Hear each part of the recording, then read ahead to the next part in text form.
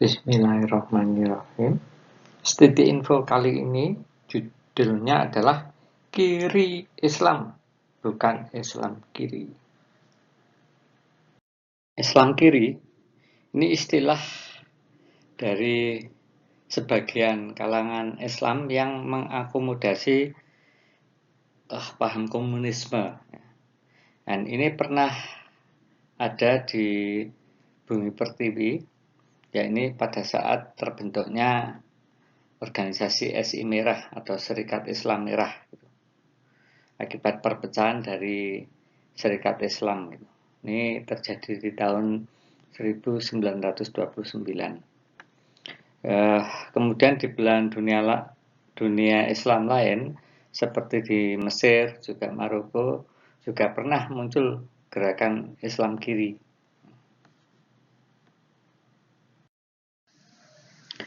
Di sisi lain, istilah kiri Islam atau Al-Yasar Al-Islami atau Islamic Left merupakan konsep yang ditujukan untuk mengatasi ketertinggalan umat Islam dari hegemoni Barat, baik dalam bidang politik, ekonomi, dan juga sains dan teknologi. Meskipun ditujukan untuk melawan Barat yang katakanlah dikonotasikan dengan kanan, kata kiri dalam kiri Islam sebenarnya tidak ada kaitannya dengan komunisme, apalagi ateisme. Nah, kemudian sajian atau tayangan ini lebih berfokus pada kiri Islam ya. Jadi bukan Islam kiri. Nah, sekali lagi penjelasan di bawah itu terkait dengan konsep kiri Islam. Kiri Islam, gagasan Hasan Hanafi itu muncul di awal tahun 80-an, yakni di Mesir ya. Gagasan ini pada dasarnya meneruskan apa yang dimulai oleh Jalaluddin Al-Afghani melalui gerakan Al-Urwah Al-Wuthqa, yakni seruan melawan penindasan, keterbelakangan, ketidakadilan, serta untuk memperjuangkan persatuan umat Islam. Eksistensi gerakan kiri Islam Hasan Hanafi ini juga diinspirasi oleh revolusi Islam Iran. Konsep kiri Islam bertumpu pada 3 pilar, yakni sikap terhadap tradisi, kemudian sikap terhadap Barat, dan sikap terhadap realitas. Sikap terhadap tradisi. Disadari bahwa tradisi bukanlah sesuatu yang terlepas dari realitas dinamika kehidupan, yakni sebagai refleksi semangat zaman. Artinya, tradisi bukanlah sekumpulan keyakinan teoritis yang tidak bisa berubah atau statis, dan oleh karena itu, modernisasi atau pembaruan atas tradisi merupakan keniscayaan. Tradisi dan modernitas atau turos tajdid mengekspresikan adanya upaya penegakan perubahan sosial secara alamiah dalam kerangka sejarah. Sebab masa lalu dan masa kini itu sama-sama hidup dalam ingatan. Hal ini menunjukkan adanya psikologi kumulatif warisan masa lalu yang berinteraksi dengan realitas kekinian. Tradisi bekerja setelah ia mendapatkan semacam endapan mental di masyarakat. Selanjutnya, berfungsi sebagai landasan teoritis bagi realitas. Meskipun demikian, ada kemungkinan endapan mental yang ada itu tidak melalui proses filtrasi yang benar atau tepat, sehingga memberi peluang terambilnya unsur endapan negatif dari tradisi yang dipandang tidak lagi relevan untuk masa kekinian.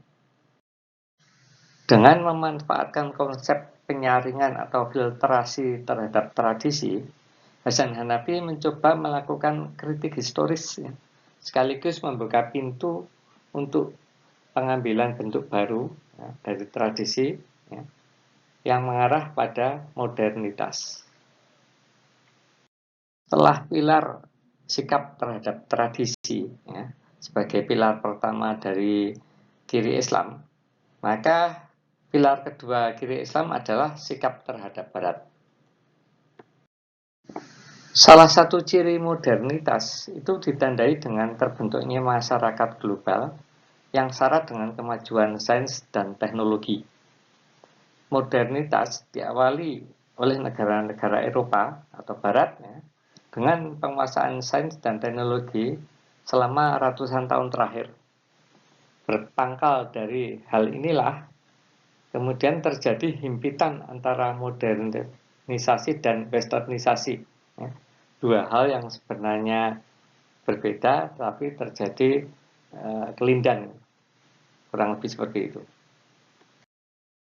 Nah, meskipun secara umum dapat dikatakan bahwa modernitas itu merupakan produk budaya dunia, tidak hanya monopoli Barat gitu.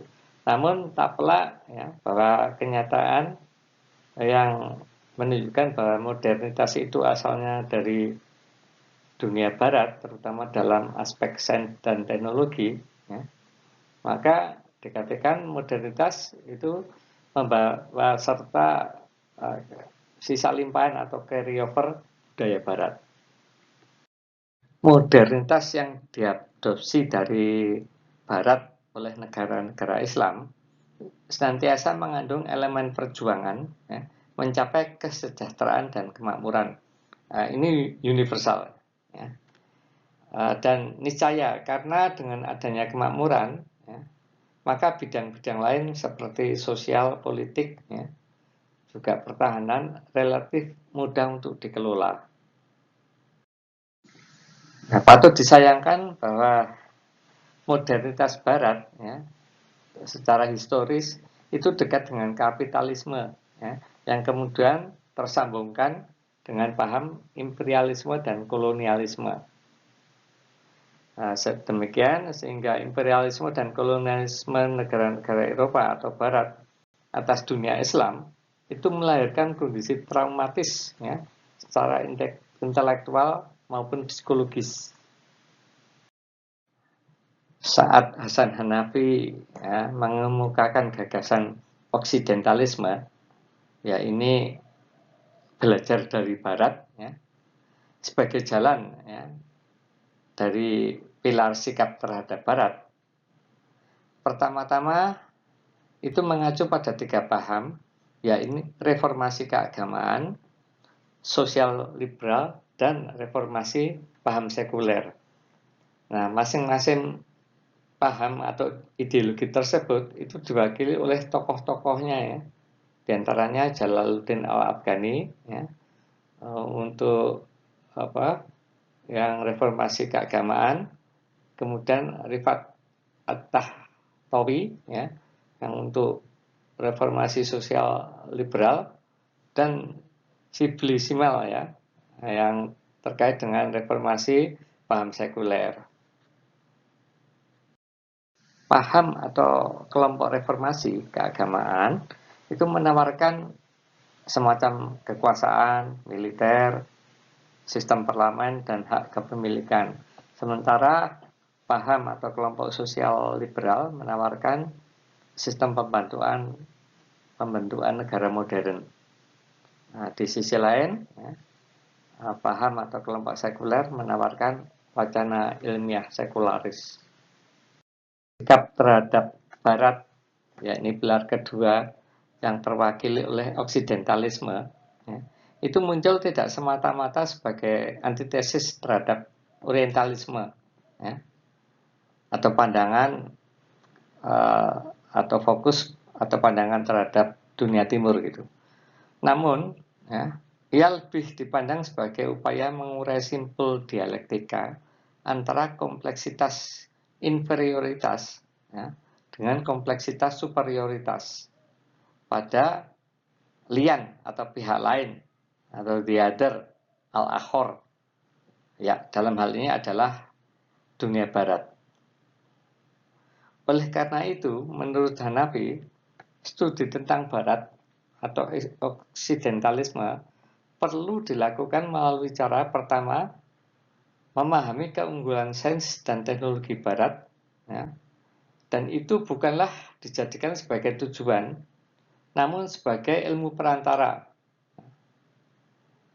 Setelah memperoleh transfer ilmu pengetahuan dari prinsipal dalam hal ini barat, negara Islam wajib melakukan pengembangan sains dan teknologi secara mandiri yang disesuaikan dengan nilai-nilai keislaman. Cara kedua dari oksidentalisme adalah mengasumsikan barat menjadi salah satu penyangga budaya kontemporer. Oleh karena itu, mempelajari tradisi barat adalah sebagai bagian dari kesadaran terhadap realitas kontemporer. Ketiga, mengkaji budaya barat sebagai bagian dari tradisi kaum muslimin. Dan keempat, mempelajari tradisi barat sebagai perwujudan partisipasi dunia Islam melalui kajian humanitas secara umum. Nah, ini dimaksudkan untuk membantu Barat dalam memahami tradisi mereka dalam sudut pandang Timur. Nah, ini menarik nih. Ya.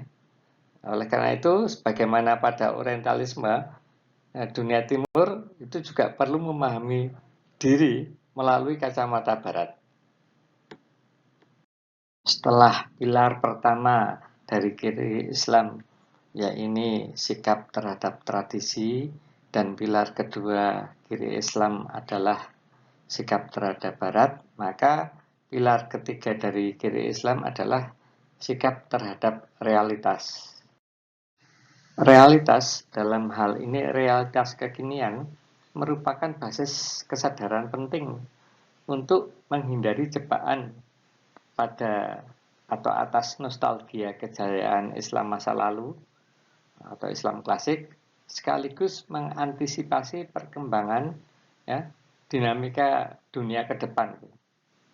Ini diperlukan agar umat Islam ya, tidak melankolis, ya, namun juga tidak terombang-ambingkan dalam wacana pemikiran ya, dari gelombang perubahan global sekarang maupun masa datang. Oleh karena itu, pandangan atau sikap terhadap realitas merupakan hal yang niscaya. Sebagaimana lazimnya ya, adanya suatu konsep pembaruan atau bahkan gerakan pembaruan itu mendapatkan resistensi ya, semacam penolakan gitu. Nah, ini kiri Islam juga mengalami hal yang sama. Dikatakan ya bahwa kiri Islam itu agak berbau Marxisme ya. Ini sebenarnya sinyalemen dari para penguasa Mesir pada saat itu ya. Karena khawatir hal ini akan berimbas pada kelanggengan kekuasaan lah, kurang lebih seperti itu. Kemudian kiri Islam juga dipandang sebagai sebuah eklektisme ya, mengambil ide dari berbagai paham gitu, comot sana comot sini gitu. Nah, kiri Islam bahkan juga dituduh itu berafiliasi dengan sayap sekularisme ya, progresif ya, di Mesir gitu. Meskipun dikatakan bahwa afiliasi tersebut itu terbatas dalam hal kepentingan pragmatis ya, alih-alih sebagai suatu ideologi. Nah, gerakan kiri Islam ini tidak berlangsung lama ya, meskipun pada awalnya sangat menghebohkan ya, hingga sampai ke belahan dunia Islam pada umumnya, termasuk di Indonesia.